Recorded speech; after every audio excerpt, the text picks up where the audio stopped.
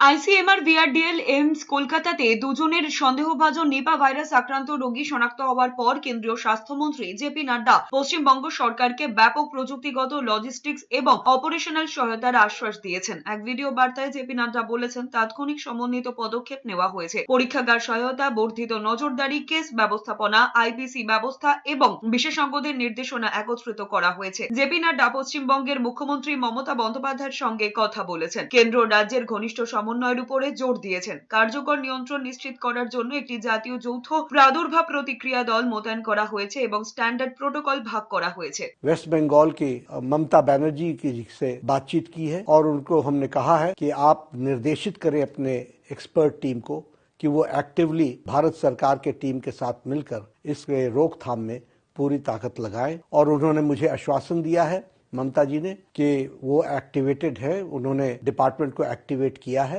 और भारत सरकार और प्रदेश सरकार दोनों मिलकर के इस डिजीज को कंट्रोल करने के लिए जमीनी स्तर पर कार्य कर रही है। রাজ্য সরকারের উচিত ইমিডিয়েট কেন্দ্র সরকারের সহযোগিতা চাওয়া।